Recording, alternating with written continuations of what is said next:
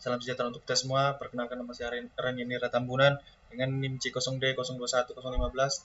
Di sini saya akan mempresentasikan tentang konsep rekonsiliasi atau rekoreksi fiskal. Baiklah, langsung saja ke dalam pembahasannya. Yang pertama yaitu definisi rekonsiliasi fiskal.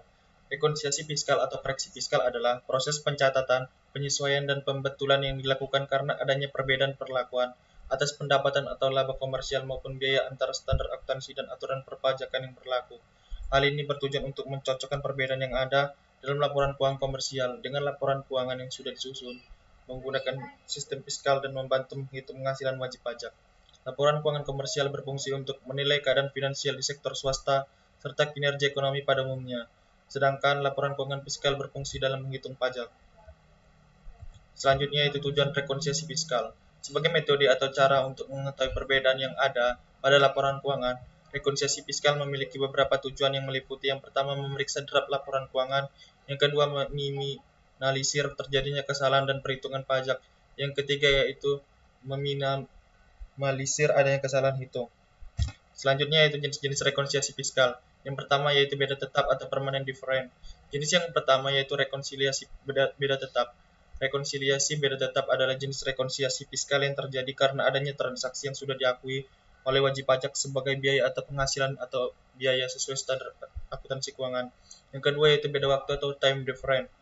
Jenis ini terjadi karena adanya perbedaan waktu pengakuan baik penghasilan maupun biaya antara sistem akuntansi dan sistem perpajakan. Dalam hal ini, pengakuan penghasilan pada akuntansi komersial diterima setelah lebih dari 1 tahun. Sedangkan menurut Undang-Undang Perpajakan, penghasilan tersebut harus diakui pada saat yang diterima sekaligus. Selanjutnya yaitu tahapan rekonsiliasi fiskal. Dalam melakukan rekonsiliasi fiskal, tidak asal serta tapi diperlukan sejumlah tahapan. Yang pertama, melakukan pengenalan terlebih dahulu untuk menyesuaikan fiskal yang diperlukan. Yang kedua, yaitu melakukan analisa elemen yang sesuai agar bisa menentukan pengaruh elemen tersebut terhadap laba usaha yang sudah terkena pajak.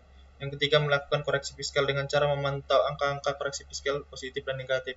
Yang keempat, membuat susunan laporan keuangan berdasarkan fiskal yang nantinya digunakan sebagai lampiran SPT tahunan pajak penghasilan. Selanjutnya itu penyebab terjadinya koreksi fiskal negatif dan positif.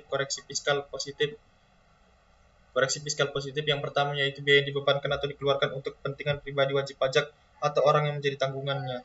Yang kedua itu dana cadangan. Yang ketiga penggantian atau imbalan sehubungan dengan pekerjaan atau jasa yang diberikan dalam bentuk natura atau kenikmatan. Yang keempat jumlah yang melebihi kewajaran yang dibayarkan kepada pihak yang mempunyai hubungan istimewa sehubungan dengan pekerjaan yang dilakukan. Yang kelima yaitu harta yang dihibahkan, bantuan atau sumbangan. Yang keenam pajak penghasilan. Yang ketujuh gaji yang dibayarkan kepada pemilik. Yang kedelapan saksi administrasi. Yang kesembilan selisih penyusutan atau amortisasi komersial di atas penyusutan atau amortisasi fiskal. Yang kesepuluh biaya untuk mendapatkan, menagih dan memelihara penghasilan yang dikenai PPh final dan penghasilan yang tidak termasuk objek pajak. Yang kesebelas penyesuaian fiskal positif lain yang tidak berasal dari hal-hal yang telah disebutkan di atas. Koreksi fiskal negatif. Yang pertama penghasilan yang dikenakan PPh final dan penghasilan yang tidak termasuk objek pajak tetapi termasuk dalam peredaran usaha. Yang kedua selisih penyusutan atau amortisasi komersial di bawah penyusutan atau amortisasi fiskal.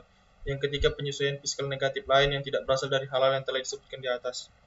Kesimpulannya yaitu rekonsiliasi fiskal adalah salah satu cara untuk mencocokkan beberapa perbedaan yang terdapat pada laporan keuangan komersial yang telah disusun sesuai dengan sistem akuntansi keuangan atau SAK dan dengan laporan keuangan yang telah disusun sesuai dengan penyusutan sistem fiskal. Pengertian lebih sederhana dituturkan oleh Setiawan dan Musri 2006/421 yang menerangkan bahwa rekonsiliasi fiskal adalah penyesuaian ketentuan menurut pembukuan secara komersial atau akuntansi yang harus disesuaikan menurut ketentuan perpajakan.